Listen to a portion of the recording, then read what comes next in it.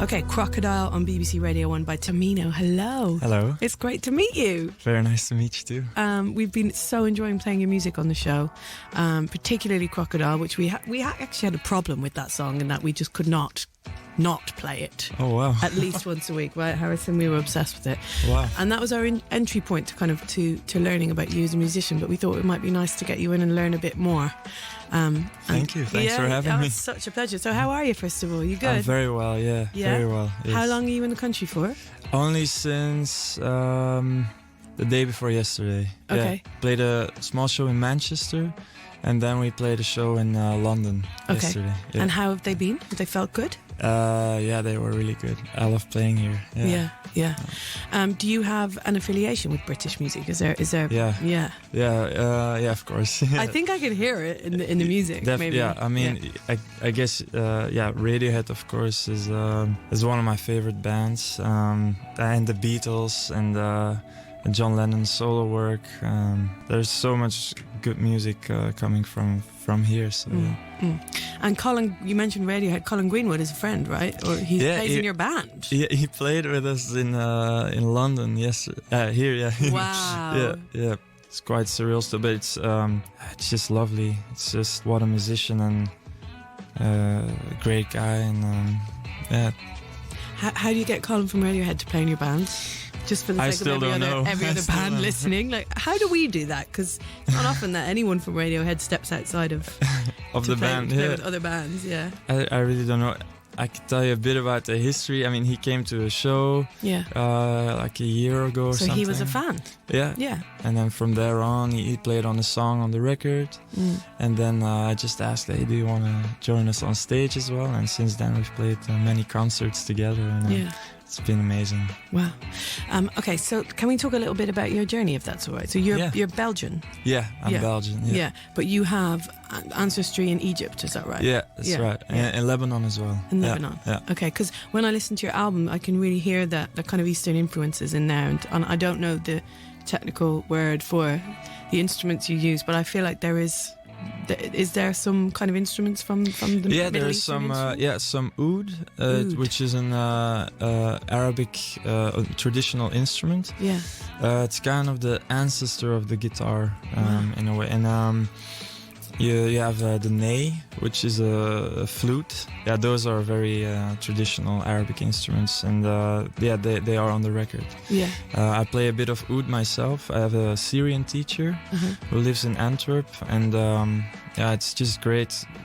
By playing it, I feel like I'm discovering so much more about my heritage, about my roots, and it's good to learn this instrument. And So it was important for you to have this kind of sound on your album and this. Yeah, so the songwriting for me is like it's quite of an abstract process. Like I really don't know what's happening precisely, and I cannot really force too much when writing a song. It's kind of like Leonard Cohen said, if I knew where the good songs came from, I would go there more often. Yeah. But of course afterwards I looked at the songs, and I definitely noticed this influence, and it was a decision to record with a small Arabic ensemble, a small orchestra based in Brussels, to emphasize this sound. And they're playing kind of traditional Arabic music from the golden age. It's like from the 20s until the late 60s, you could say. Yeah. And I really wanted this particular sound, but it's not on all the songs. It's only on the songs where I really heard this influence as well. Yeah. And you have a grandfather who was very, very musically legendary in Egypt, right? He's pretty known. Yeah. So what was he known for? Because I'm so ignorant about this, and I feel bad about it. No, of course. I mean, where I grew up in Belgium, no one knew about him either. It's only in the Arabic world people know him. But much like Elvis, who did like movies and sang his songs in these movies, he kind of did the same thing. So movies would be made, and he would be like the main actor, and then his songs would be known through these movies. Okay. So he was an actor and a musician and a singer all at the same time. And the songs are, of course, what remains and what people still remember. He's had a long career. Sadly, he passed away when I was like around 5, so I didn't really get to know him. Mm-hmm. It's good to be able to listen to his work, you know. So I can still hear his voice, and you know, it's great to learn about him. My father tells me a lot of stories about him. Yeah, I bet. So if you go back there to Egypt, everyone would be like, "Oh my God, you're your grandfather's son? What? No way!" Like, would they be freaking out, right? Well. We actually did our first concert in Cairo like a couple of weeks ago. How was it? That was really special, yeah. It was a bit of a homecoming in a way. Yeah. Much to my surprise, like the people, they all knew him, of course, but they were not there because of that. They were really there because of they liked the music, and there were more young people, and they know his name, but they don't necessarily know all of his songs. But it was a very special moment just for me to, you know, I don't speak Arabic because I grew up in Belgium. Mm-hmm. It was just a beautiful experience.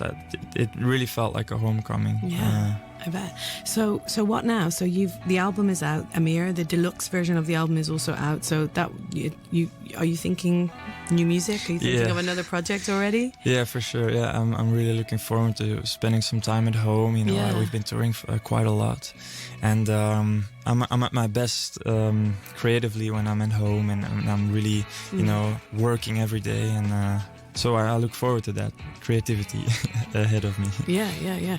Tell me about your voice, because you have this really unique voice. You've got this depth, this kind of resonance to it, but then you have this huge range.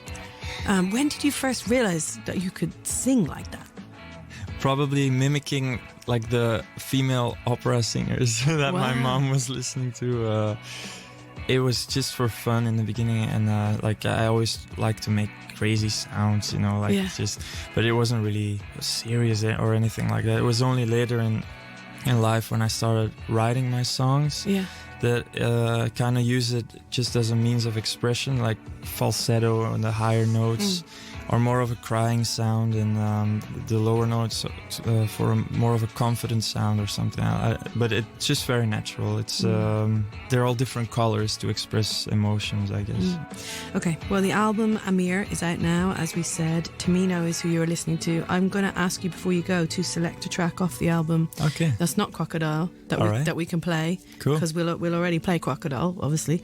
I'd say Indigo Night. Yeah, so that's the one that Colin he played on that one. Yeah. Okay, let's do it. This is Indigo Night. Thank you so much, Tamino. Thank you.